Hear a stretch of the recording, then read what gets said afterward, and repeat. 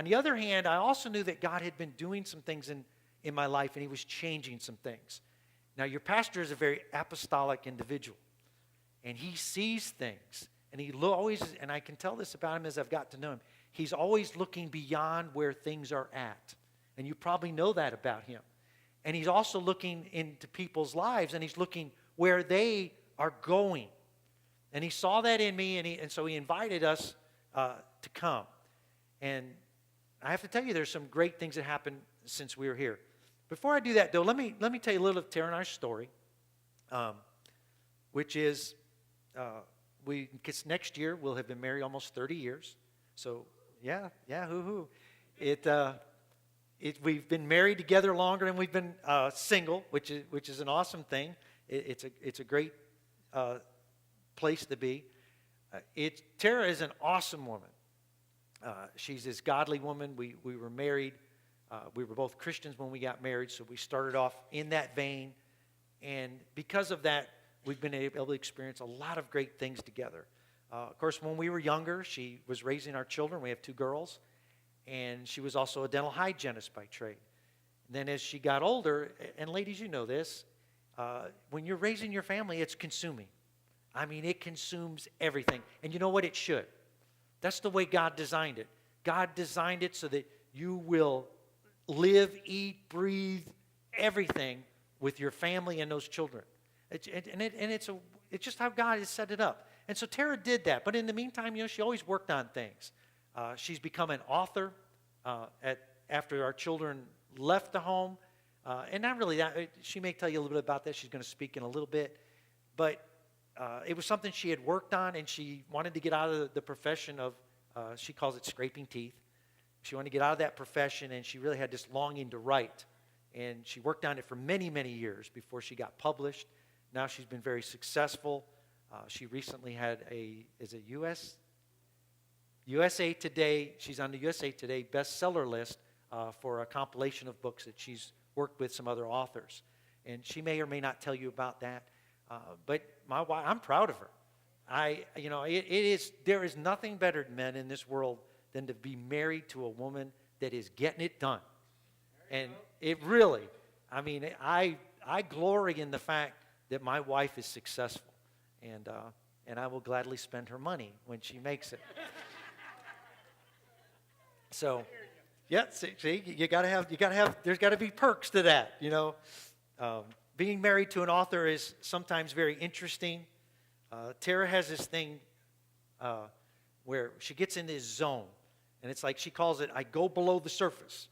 Like she's up above, and she goes below the surface, and there's nothing that goes on below the surface other than the writing. And I can tell it sometimes when I'm looking at her, and she's not here. She's not here. She's writing. I need to leave her alone and go do something.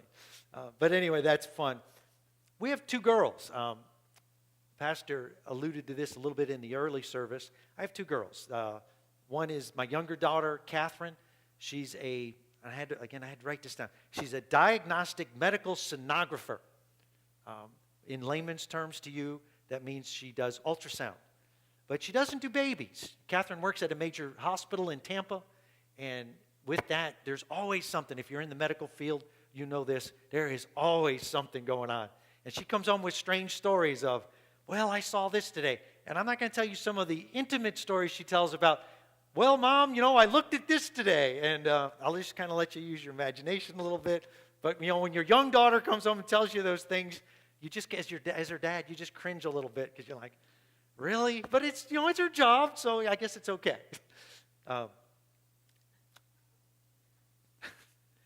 It's funny. This is my child that used to sneak food out of the house and feed the neighborhood. One of the things that I've discovered about my children, and this is actually, unfortunately for me, it's a new discovery. God had revealed to me the characteristics of my children. And first he revealed me, he says, Megan, that was my oldest, she's the warrior. My younger daughter, Catherine, was the healer. And it's only been, as she's now about 24, that God started to reveal that to me. And one of the interesting things that had happened with us was that Tara's a little bit more in the warrior mode type of person. And Catherine really wasn't. And we always had a little bit of difficulty with her. We always had a little bit of difficulty understanding her. Because, when you're of a certain make of a type of person, and you got one in the family that's not, they're almost like the black sheep, the oddball of the family. Now, we loved Catherine. Trust me, I love her. She is an awesome young woman. But she was this healer. And I never knew that until probably several months ago. Tara and I were at lunch one day, and we were just chatting. And all of a sudden, God says to me, you know the difference between you two girls, your two girls? And I'm like, what, God? All of a sudden, I had to stop eating. And he began to tell me that. And so it's interesting to see what Catherine's going to do with the rest of her life. One of the other things about our family is we have this Spicer motto. And we wear it. You know what a family crest is? You hang that on the wall, and it's got the shield. Well, here's what ours reads. Ours reads, don't tell me what to do. And that's my girls. Now, I've got Tara, and I have these two girls. So I live in this female house. And you know what? They're all lionesses. And you know what? I wouldn't have it any other way. It's been an awesome thing. Because you do know the lionesses are the ones that do the hunting.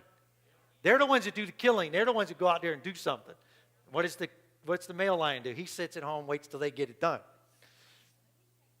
But he takes care of them. That is true, Barbara. Thank you. But it is true. I had these lionesses that I lived with all these years. Now I just have Tara, so it's a little more, we have more even ground. Now, my older child, Megan, is the warrior. She was 120 pounds, dripping wet, and she was the warrior. This is the kid that I raced stock cars as a hobby.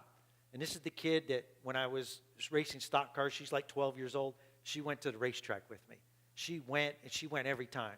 And then when she got to be about 15, the racetrack actually would allow her, this is about 10, 12 years ago, would actually allow her to drive a car.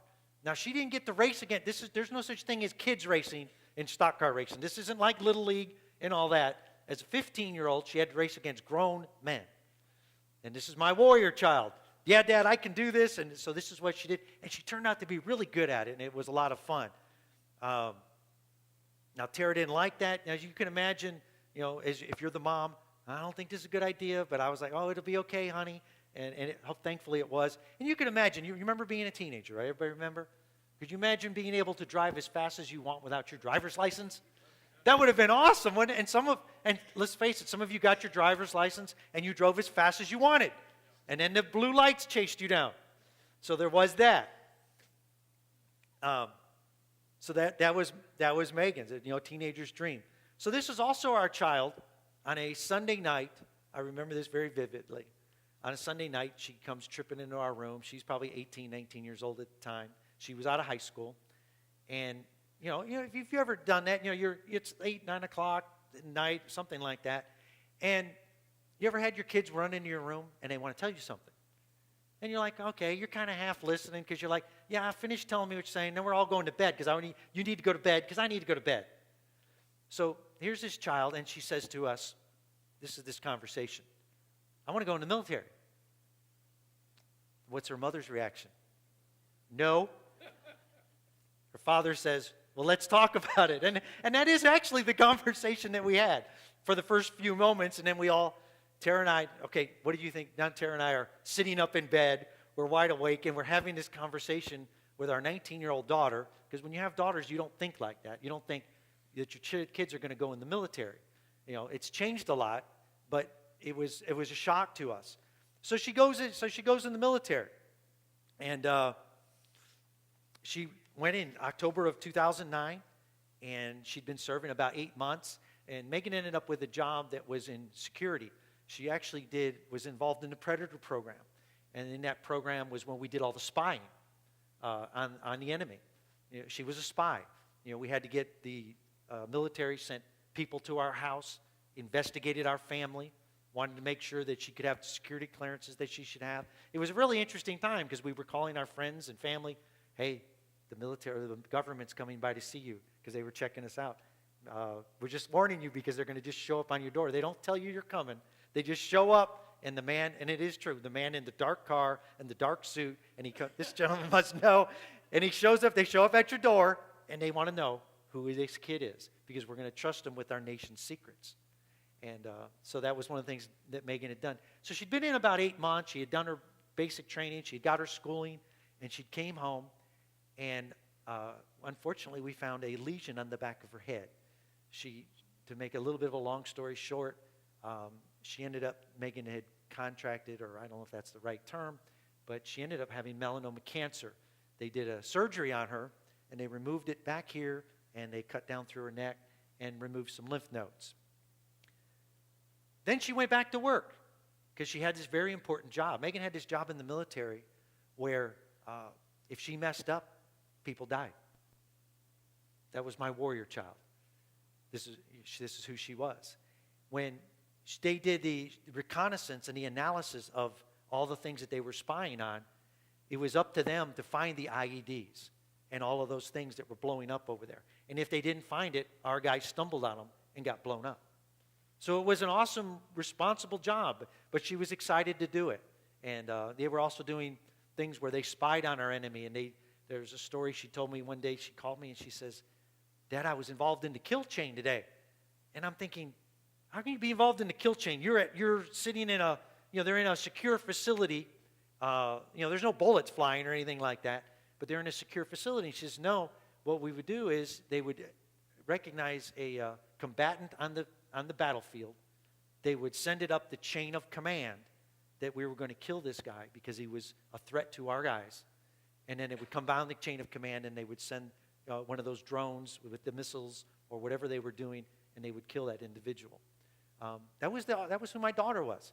Now, I'm telling you who my daughter was because, unfortunately, she passed away in 2012, November the 3rd.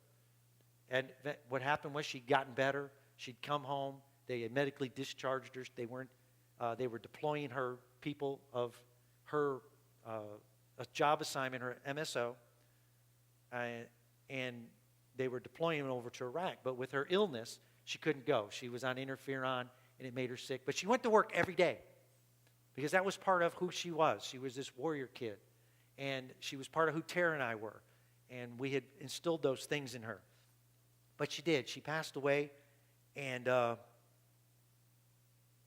so we found ourselves in a very interesting place. We loved God. And I'm here to tell you today, God never changed through all of that. I still believe that God heals. I still believe that God is interested in people's lives. I still believe that God loves me. He loved Tara and I. He loves Catherine. I believe God did not let me down. Yes, my daughter died. Yes, I cry. Yes, there's times when I ache. But that doesn't change who my God is. My God is still the God that heals. My God is the God that cares about you. My God sees everything. And He knows what He's doing. I don't have to understand everything. I just have to know that He knows what He's doing.